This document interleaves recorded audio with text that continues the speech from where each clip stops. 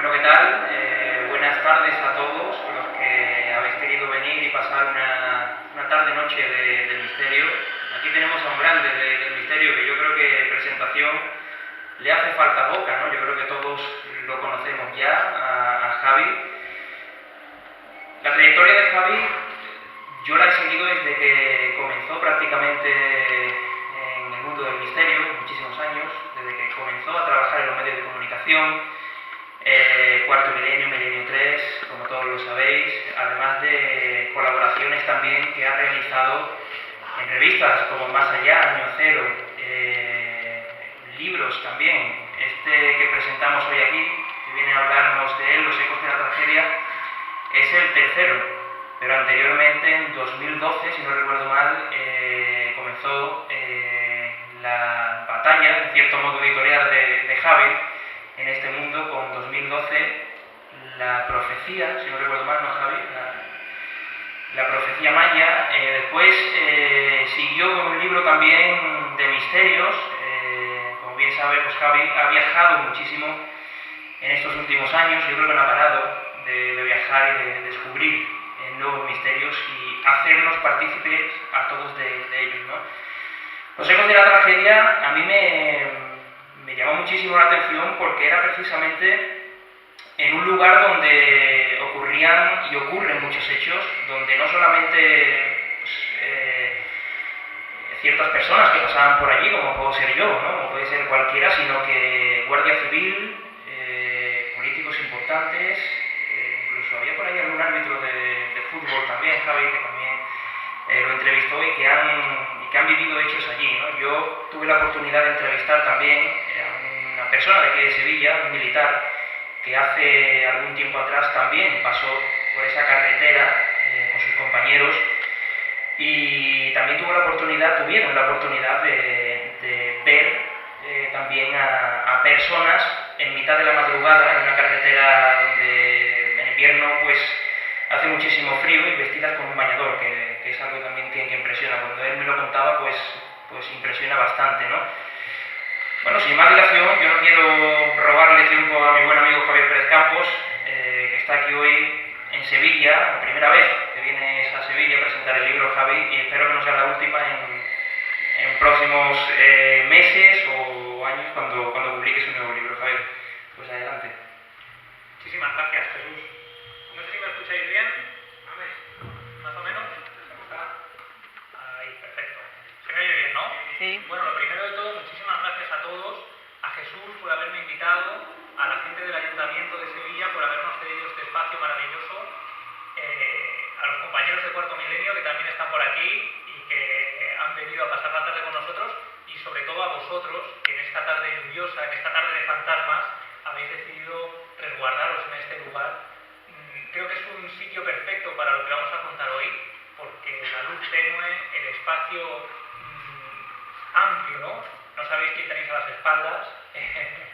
y bueno, yo creo que el ambiente es el idóneo para contar y para hablar de este libro, Los ecos de la tragedia, que es un libro que me llevó un año de investigación aproximadamente, y el libro estaba escrito justo mientras estaba investigando. Es decir, mucha gente me dice que el libro es un libro muy vivo, es un libro que se lee muy ágilmente, y en realidad ocurre eso porque cuando llegaba a casa prácticamente del viaje me ponía a redactar lo que acababa de vivir, o me ponía, por ejemplo, a contar las pesadillas que tienen lugar durante la investigación. Durante ese periodo de obsesión absoluto por una historia, uno se mete tan a fondo que los que están a nuestro alrededor nos sufren de alguna forma. Ya solo hablamos de eso.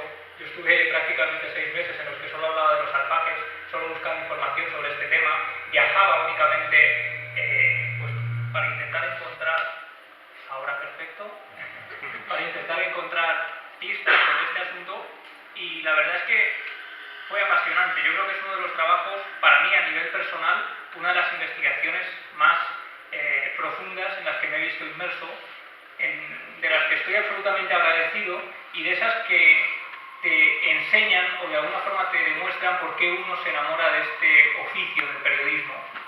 Lo que yo quiero contaros hoy, han pasado ya casi 3 años aproximadamente desde que publiqué el libro Los ecos de la tragedia, y lo que yo quiero contaros son cosas que no aparecen en el libro, historias personales, todo lo que yo viví, aparte de toda la historia tan tremenda, y también hacer un viaje al pasado para relataros cosas que he ido descubriendo a lo largo de estos últimos años. Después de la publicación del libro empezaron a llegarme historias, cosas que yo desconocía y que casi darían para una segunda parte, ¿no? Y todo eso es lo que yo quiero contaros hoy y que creo que no he contado muchas de estas cosas antes. A mí me parece... Ahora sí. A mí, misterio también, ¿no? A mí me parece desde luego un libro apasionante, Javier, cómo nos sumerges de lleno en eso que tú precisamente vives, que es la investigación de campo en primera persona, ¿no? Y muchas cosas que descubres, ¿no? Yo hay algo que me llama muchísimo la atención y que son fotografías realmente impresionantes, como son esos cuerpos, que ahora tú ya darás paso a ellas, pero las que he tenido la oportunidad de ver a mí me han impresionado de sobremanera, ¿no? De hecho, lo que ocurría es que muchas veces yo pasaba la tarde en la Biblioteca Nacional en busca de material. Ahora vamos a contar la historia. Para el que no lo sepa, es una serie de visiones por parte de decenas de testigos que no se conocen entre sí en un punto kilométrico muy concreto de nuestra geografía, un lugar donde se produjo una horrible tragedia que ahora os contaremos, ¿no? Y había material muy terrible, había imágenes que a mí se me quedaron grabadas a fuego en la mente y que procuré no aludir a ellas de forma muy explícita en el libro porque esas fotos eran demasiado desagradables, ¿no? Había publicaciones de 30 páginas, por ejemplo, a todo color de, por ejemplo, el semanario gráfico, material de un periodista, Salvador Sansuán, que acude allí en el momento en el que está ocurriendo todo, ¿no? Y se encuentra cosas tan tremendas que, bueno, yo procuré relatar algunas de ellas, pero sin recrearnos demasiado porque eran demasiado impresionantes. Aquí si quieres, pues comenzamos con el PowerPoint, Javier. Aquí tenemos a una persona, imagino que tenías la oportunidad de entrevistarle, de saber qué le ocurrió. ¿Quién es esta persona? Bueno, esta es la persona con la que empieza todo. En el año 2003, el 19 de agosto, Javier Martín Moraleda, un árbitro de Zaragoza, está veraneando en un pueblo muy tranquilo que es San Carlos de la Rápita. Y un día, ese 19 de agosto, él decide con su mujer y su hija viajar a Peñíscola a pasar el día, y cuando cenan allí tranquilamente regresan de nuevo a San Carlos de la Rápita, y lo que ocurre es que cerca de la 1 de la madrugada él se da cuenta de que aparecen unas figuras en medio de la carretera, en esa Nacional 340. En un principio aminora el paso creyendo que es alguien que va a cruzar la carretera. Su mujer está dormida en el asiento de atrás con su hija, y lo que descubre cuando da las largas del coche es que esas figuras que están en fila india, formando una hilera, casi un pasillo alrededor del coche por donde él tiene que pasar, descubre que son personas con ropa de verano, con bañadores, con cubos de la playa, pero lo que le impresiona cuando se acerca y los tiene a escasos metros, cuando casi están incluso golpeando la ventanilla de su coche, los tiene muy cerca, es que no tienen rostro. Tienen la cara completamente oscura, negra, como si no hubiera facciones en ellos, ¿no? Un detalle absolutamente antinatural y que a él le causa tal impresión que rápidamente acelera su vehículo, se marcha de allí, despierta corriendo a su mujer y le cuenta lo que ha ocurrido. Y es su mujer la que le pone tras la pista de una historia que ocurrió precisamente en ese lugar. Su mujer le dice que acaban de pasar por el camping Los Alfaques, este lugar que estamos viendo en la diapositiva. Los Alfaques, para quien no lo sepa, y esto es lo que le cuenta la mujer le dice muy por encima: acabamos de pasar por un camping donde en el año 78 ocurrió una tremenda tragedia y Javier Martín Moraleda lo que hace rápidamente es acudir a las hemerotecas e intentar dar respuesta a lo que él ha visto, ¿no? Y lo que descubre es una historia terrible. En la siguiente diapositiva vemos el punto kilométrico exacto donde Javier Martín Moraleda tiene esa visión de las figuras alrededor de la carretera con el rostro completamente ennegrecido, ¿no? Donde había también niños. Lo que él descubre es que ese 11 de julio del 78, un camión cisterna, yo empiezo también a rascar en toda la historia y aparecen fotografías como esta. Esta es una de las más, de las menos impresionantes, ¿no? Pero casi parece Hiroshima o parece un escenario lunar, ¿no? Un escenario de una película. Sin embargo, como quedó el camping ese 11 de julio del 78, cuando a las 2:30 ese camión cisterna que transporta propileno líquido hace explosión en ese punto kilométrico concreto, ¿no? Y esa fatalidad es la consecuencia de toda una serie de casualidades macabras que suceden ese día. Para empezar, el camión cisterna en el que circula ese propileno líquido lleva un exceso de carga porque se equivocan al pesar el material. El camión iba a dirección a Puerto Llano, a Impetrol, y además cuando el conductor, Francisco Internón, va a tomar la autopista del Mediterráneo, descubre que no lleva monedas, no lleva dinero suelto para pagar el peaje y decide desviarse por la nacional, por la carretera nacional.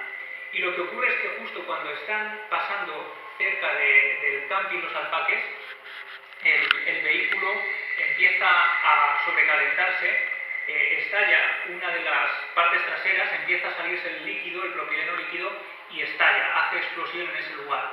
El camión se parte en 7 trozos.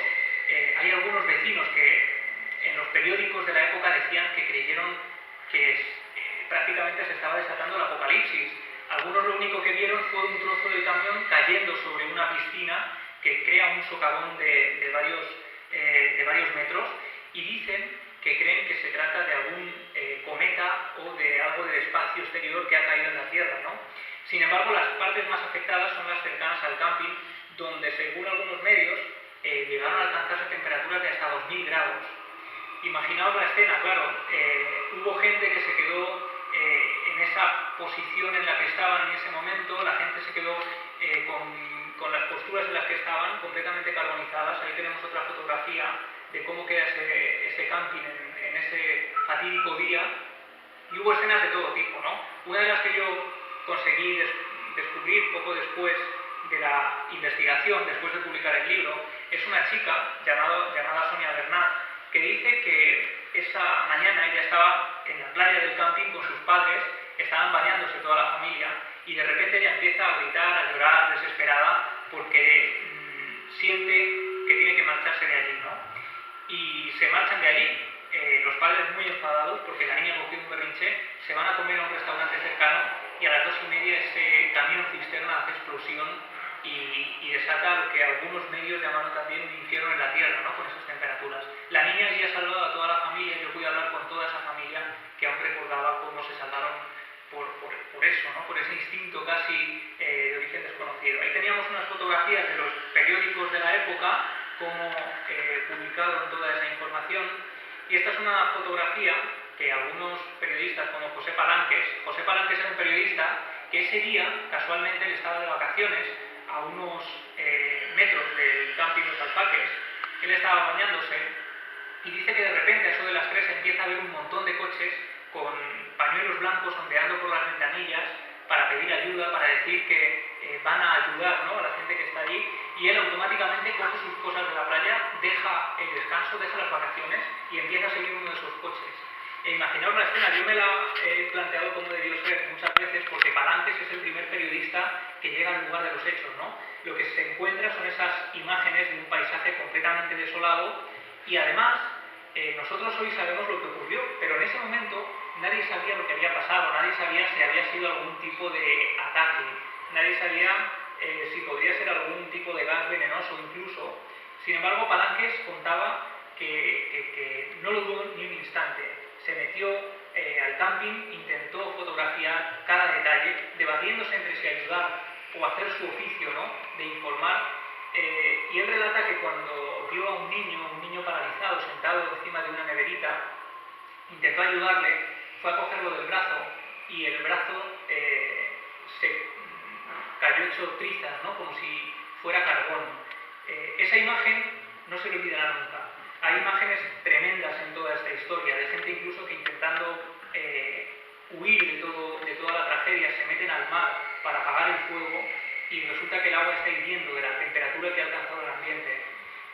Escenas auténticamente dantescas, ¿no?, que uno no puede ni imaginar. Y esa fotografía que veíamos antes del cementerio se toma el 12 de julio del 78, un día después, porque los cuerpos se llevan al cementerio de Tortosa, y hay muchos que, bueno, empiezan a rociar con zotal y todo aquello para espantar a las moscas. Decían algunas personas también que les llevaban un poco de leche con menta para echarse cerca del labio, ¿no? Para intentar combatir contra el olor, ¿no? Tan tremendo que hay allí, que algunos no han podido olvidar todavía.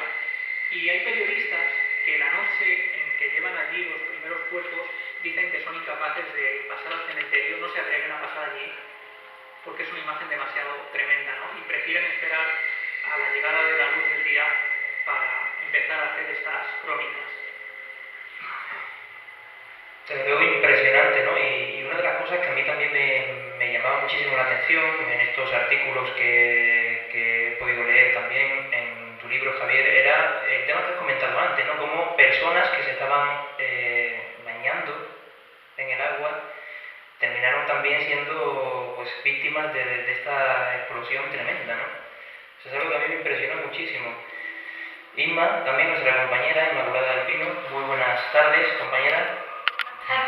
También ha tenido la oportunidad de leer el libro y también me comentaba que le ha llamado la atención ciertas cosas también, ¿verdad, Inma? Sí, Emma, esta mañana, bueno, hace un ratito estaba hablando con mi abuela y me lo estaba contando y decía, es que eso fue una cosa espeluznante. Se escuchó en toda España, aparte no se han mostrado muchas imágenes como dice en el libro, porque la imagen en sí era escalofriante y no podían emitir esas imágenes Claro. ni en papel. Sí, además hay muchos puntos, ¿no? En España donde se aparecen damas de blanco, ¿no? Chicas de la curva, bueno, pero es que este caso no tiene nada que ver con eso, este caso es escalofriante totalmente, ¿no? Aquí nos encontramos con otra zona, a ver, una discoteca, la discoteca Platón. Sí, yo cuando empiezo a investigar me doy cuenta de que la gente de San Carlos de la Rápita guarda un silencio lógico que yo entiendo y que respeto absolutamente por el dolor, ¿no? Esos vecinos que hoy viven allí tranquilamente son los que en el año 78 salieron de sus casas, cogieron sus vehículos, transportaron algunos cadáveres o heridos. En total fueron 215 muertos de esta tragedia, ¿no? Pero ellos guardan con cierto recelo algunas historias que pasan desapercibidas, ¿no? Y que yo pude conocer después de acudir al lugar en varias ocasiones. Y es que esta discoteca, Plató 3, era uno de los puntos de la ruta del bacalao. Y me contaban que esta zona ya estaba agafada, me decían algunos, porque esta discoteca ha visto como muchas de las personas que acudían allí a pasar la noche, ¿no? Pues en medio de esos trances, podemos decir, a causa de las pastillas, decían que muchos tenían la sensación de que estaban ardiendo y se metían corriendo al agua como para apagar ese fuego provocado por las alucinaciones, ¿no? De las pastillas y acababan ahogándose y que, bueno, pues allí Cruz Roja y la Guardia Civil habían recogido cadáveres en varias ocasiones ya antes de la tragedia de los Alfaques de gente que se había ahogado en este lugar, ¿no? Y los vecinos ya tenían este sitio como un sitio donde ocurrían tragedias antes del accidente. Y aquí hay algo que me llama muchísimo la atención, Javi, un correo electrónico precisamente de un guardia civil. Sí, para que os hagáis una idea, yo había conocido toda la historia de los Alfaques y de Javier Martín Moraleda, la persona que veíamos antes y que en medio de la carretera se encuentra con una comitiva de personas con el rostro completamente negro, carbonizado, recordando casi aquellas fotografías tremendas que vi de la tragedia, de cómo habían quedado los cuerpos en los Alfaques, ¿no? Yo conocí todo aquello gracias a Milenio 3, al programa de la cadena SER. En aquella época yo tenía 17, 18 años, escuché el programa desde la cama. Fue además, creo, la primera noche que escribí ahí, que fue el primer contacto que tuve con Iker Jiménez en aquella ocasión, y él me alertó: cuidado que esta noche vamos con un tema tremendo. Recuerdo que había temporada con ese tema. Y bueno, siempre me había impresionado, pero de repente recibí este correo electrónico, un correo electrónico de un guardia civil que decía que había vivido algo muy extraño en San Carlos de la Rápita, él y una compañera. Así que automáticamente me puse en contacto con él y fue así como entré a investigar esta historia, y este fue de hecho el germen, el origen de este libro, de los ecos de la tragedia y de la investigación. De hecho, este correo electrónico es el que abre el libro, porque de alguna forma él me pone tras la pista de muchas cosas, ¿no? Yo pude entrevistar a Daniel, a este guardia civil, junto a su compañera, Ana, y me relataron cómo una noche estaban haciendo guardia en esa zona concreta de la playa de los Alfaques, porque es un lugar problemático por donde entran embarcaciones de droga. Dicen que en pleno invierno los dos, a través de unos prismáticos con infrarrojos, detectan dos figuras caminando por la playa, las ven muy nítidas gracias a esos prismáticos, y no tienen duda de que se trata de una madre y un niño cogidos de la mano, paseando por la playa, dirigiéndose hacia ellos, acercándose lentamente, pero lo que les llama la atención es que a pesar del frío que hace, estos guardias civiles van con ropa especial para el invierno. Estas dos figuras van con ropa de verano, llevan el niño un bañador y ella un bikini, y van caminando lentamente, y de pronto les llama la atención que la forma en que caminan no es lo habitual tampoco. Parece que van deslizándose por la playa como si no hubiera un caminar normal. Así que intentan acercarse y en un momento dado dejan de verlos, desaparecen delante de ellos. La sorpresa se la llevan cuando, al llegar al cuartel y cuentan lo que han visto, los oficiales y sus jefes les empiezan a decir que lo que han visto son los fantasmas del camping. Y les cuentan que allí la Guardia Civil ya ha visto cosas parecidas, cosas como esas, escenas de otro tiempo, como si el verano del 78 estuviera repitiéndose constantemente en los meses del invierno, ¿no? Y lo que él me cuenta es que además, cuando empiezan a hacer demasiadas preguntas, les recomiendan que no vuelvan a hablar de este tema, y hay un momento en el que incluso ya les destinan a puntos distintos de la península. Daniel en ese momento decide empezar a investigar qué es lo que ha ocurrido y se da cuenta de que en los archivos de la Guardia Civil hay material, documentos oficiales sellados por las fuerzas de seguridad del Estado hablando de fenómenos parecidos. Aquí tenemos dos de esos informes que él me facilita, además jugándose el tipo, porque tiene que sacar estos informes en momentos en los que no hay nadie en la sala, y empieza a rescatar estas historias, ¿no?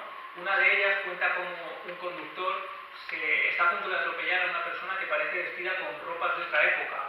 Pega un frenazo y cuando sale, esta persona ha desaparecido. Y hay descripciones muy minuciosas en las que parecen prácticamente un relato de terror gótico, ¿no? Y sin embargo son las frías palabras de uno de estos informes de la Guardia Civil.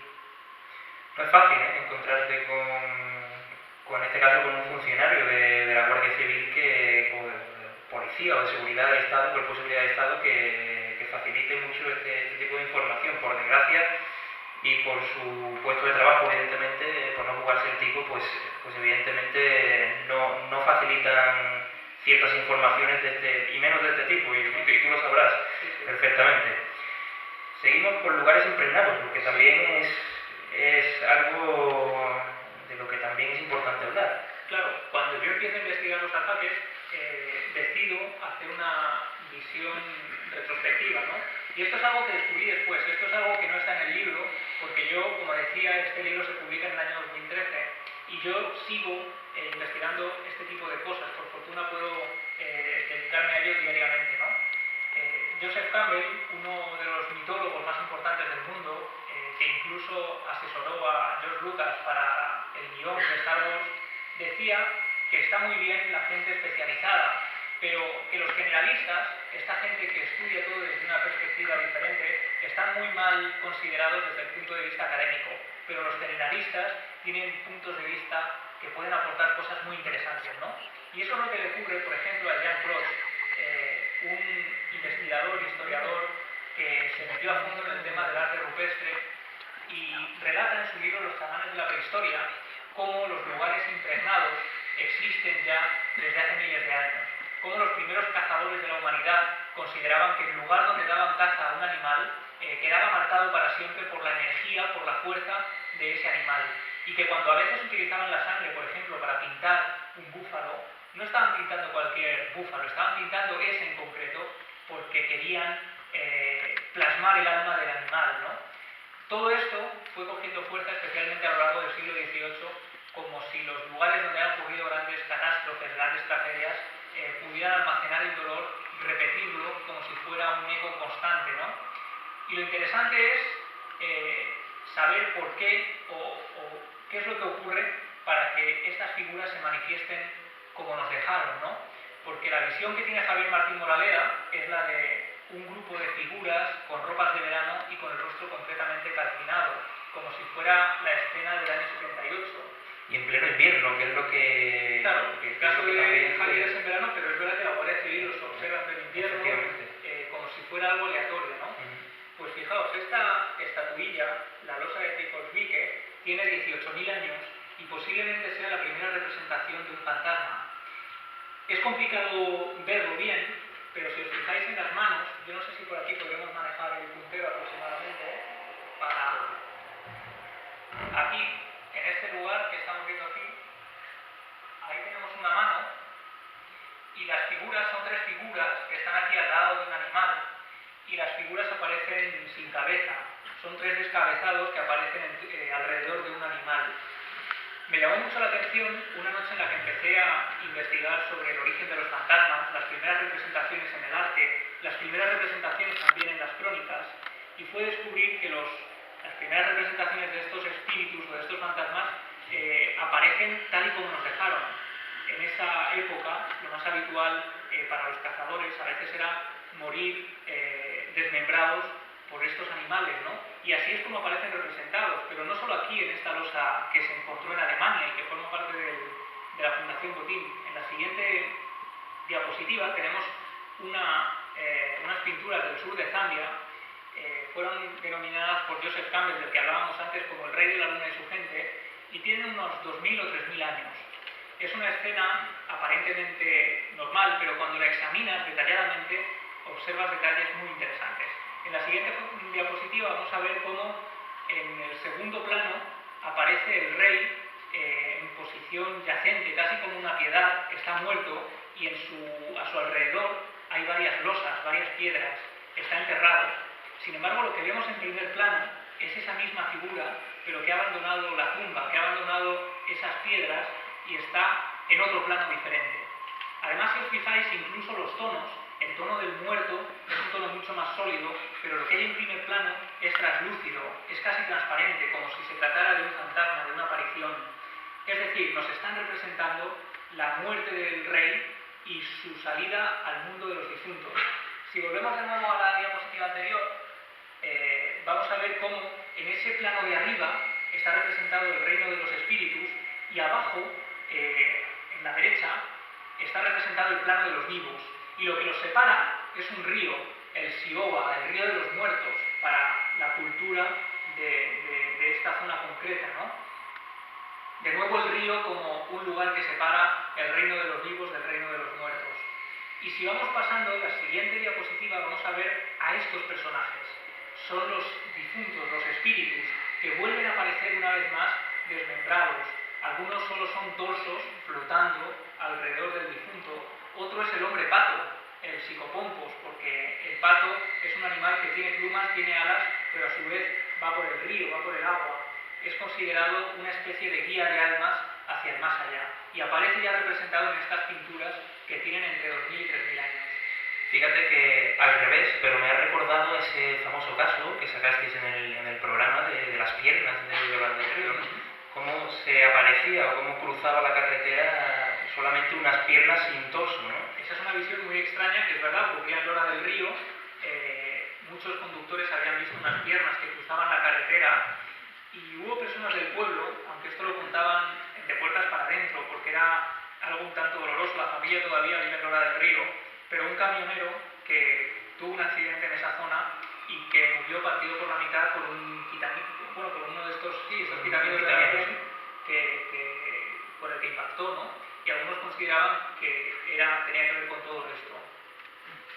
Pero fijaos, en medio de la investigación de los alfaques, cuando ya estaba terminando de redactar el primer manuscrito, yo estaba en Córdoba, en la Facultad de Filosofía y Letras, y bueno, de pronto fui a la biblioteca, pasé varias horas buscando allí algunas cosas y me encontré con esto, con un detalle en el que yo no había caído antes, y es que las personas sin identificar en los alfaques fueron llevadas al cementerio de Tortosa.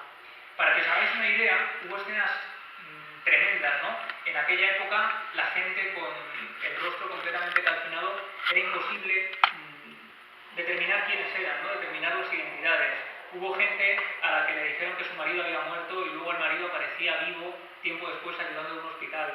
hubo una historia que también apareció publicada de unos médicos, unos forenses que estuvieron haciendo una autopsia a lo que creían que era una cabeza y después descubrieron que se trataba de una sandía calcinada.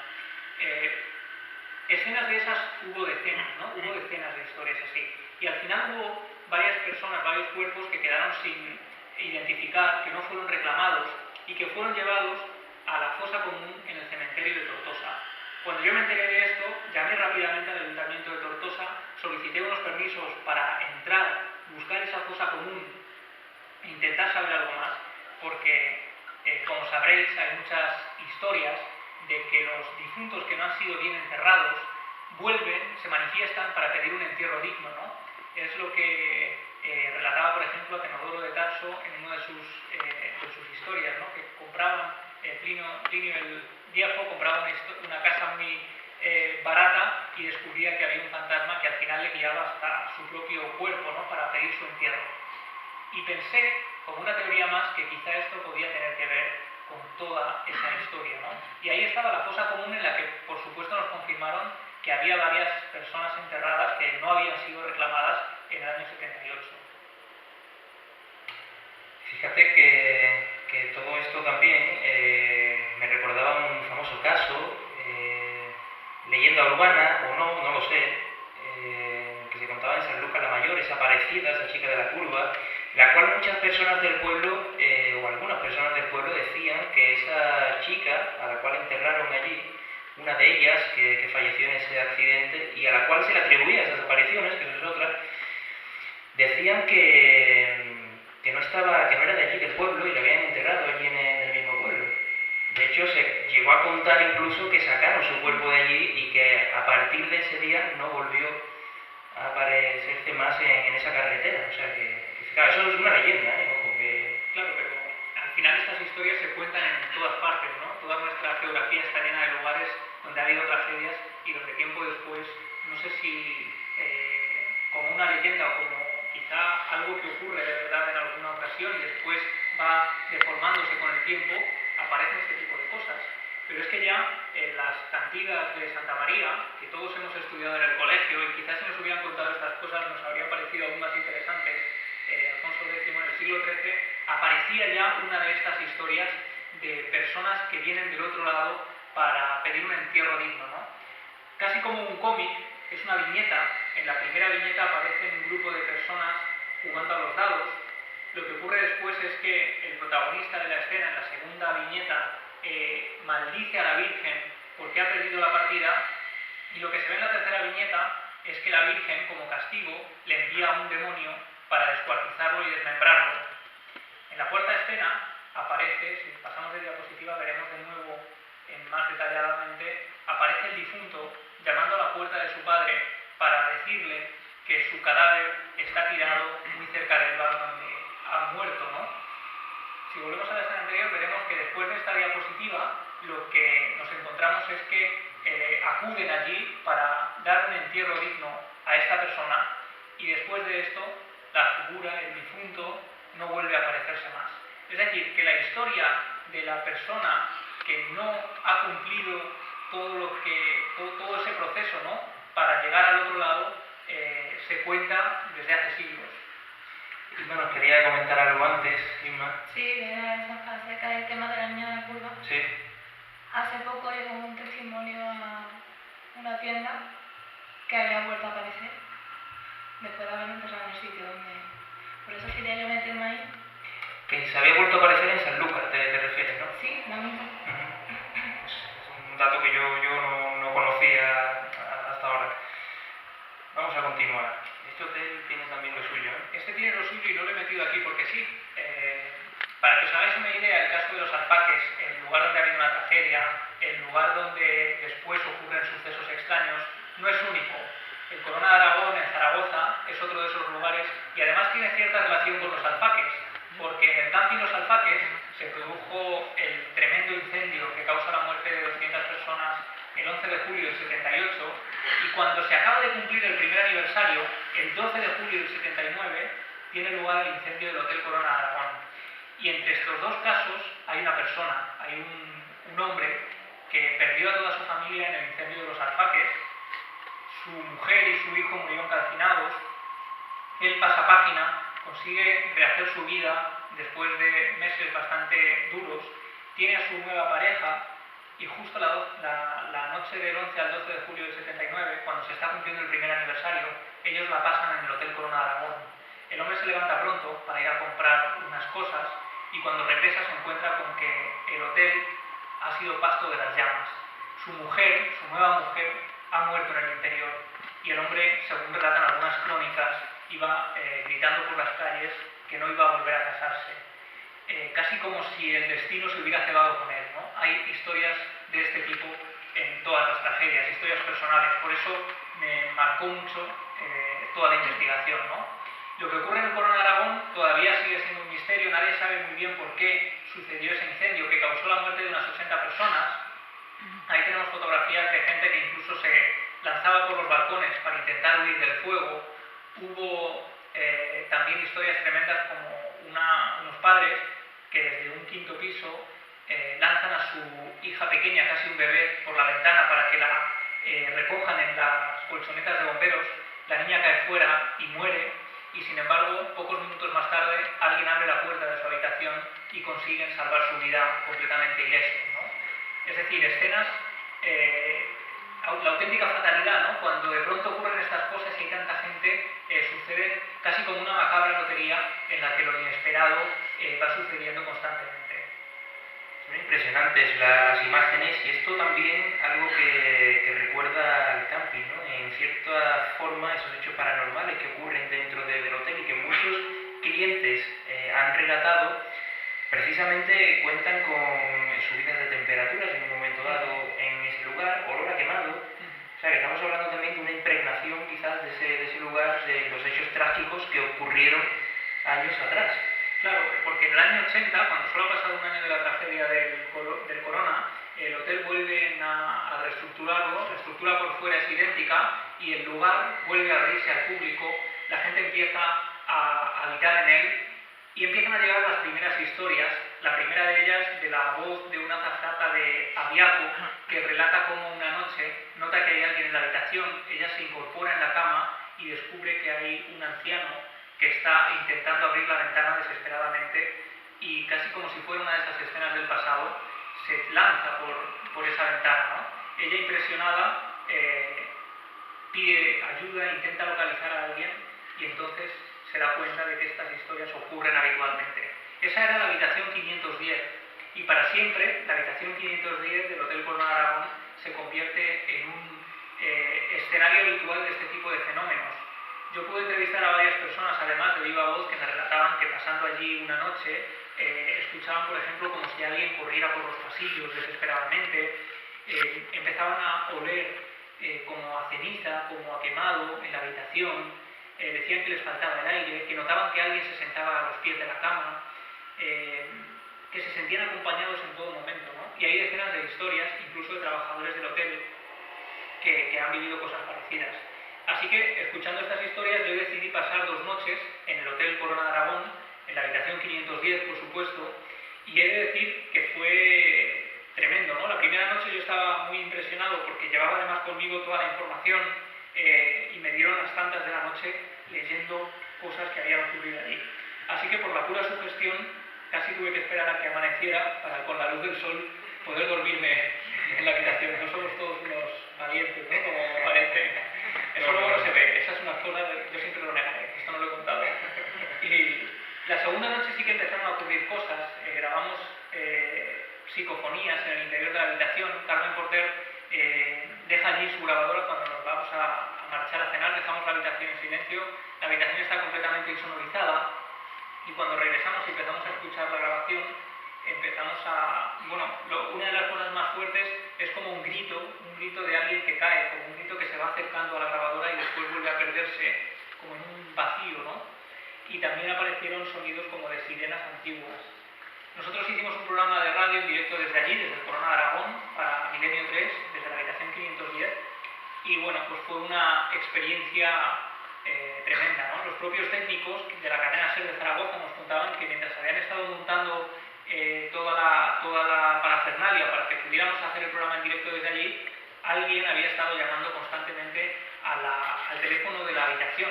Y en recepción también habían estado toda la tarde recibiendo llamadas de la habitación 510, como si hubiera habido un extraño cruce de líneas, que es otro de los fenómenos que se cuentan. Y también se relataba, por cierto, que la televisión se enciende sola con un mensaje de bienvenida, como antiguo, a lo que yo decidí tirar del cable y para evitar que pudiera ocurrir. Si nos curamos en salud mejor, sí, oye. Pero sí que es cierto que ocurrieron cosas, ¿no? Incluso golpes en la puerta, ya por la mañana, el domingo, escuché perfectamente cómo alguien llamaba a la puerta, muy claramente. Cuando fui a abrir la puerta pensando que sería un compañero, vuelvo a escuchar la llamada, estando en ese pasillo que veíamos antes, y cuando abro la puerta, descubro que no hay absolutamente nadie al otro lado. Y no solo eso, sino que en los pasillos había unos detectores de movimiento que en cuanto detectaban algo se encendían y se quedaban encendidos durante 2 minutos, ¿no? Pero los detectores y las luces estaban apagadas, es decir, no había detectado movimiento porque si no estarían encendidas. Y aquello, si me llegó a ocurrir por la noche, esa noche duermo en recepción, probablemente. Duermo sentado en la silla, ¿sabes? Vamos a un lugar también en el cual hace muy poquito tiempo tuvimos la oportunidad, la gran suerte de vivir junto a vosotros prácticamente, porque el reportaje la verdad que a mí me impresionó muchísimo. Japón. Japón, uno de esos lugares para que veamos, ¿no? Este tipo de creencias no dependen de la religión, no es una cosa del cristianismo, no, da igual, ocurre en todas partes. Y este es el ejemplo perfecto. En Japón hay un bosque, probablemente todos habréis oído hablar de él, el bosque Aokigahara, que llaman el bosque de los suicidios, porque cada año aproximadamente unas 100 personas acuden allí para quitarse la vida. Es el segundo lugar del mundo donde más gente se suicida después del Golden Gate. Lo que ocurre es que aquí hay una ritualística diferente, hay una manera de quitarse la vida, como digo, casi ritualizada, ¿no? Y ahora os contaré un poco por qué.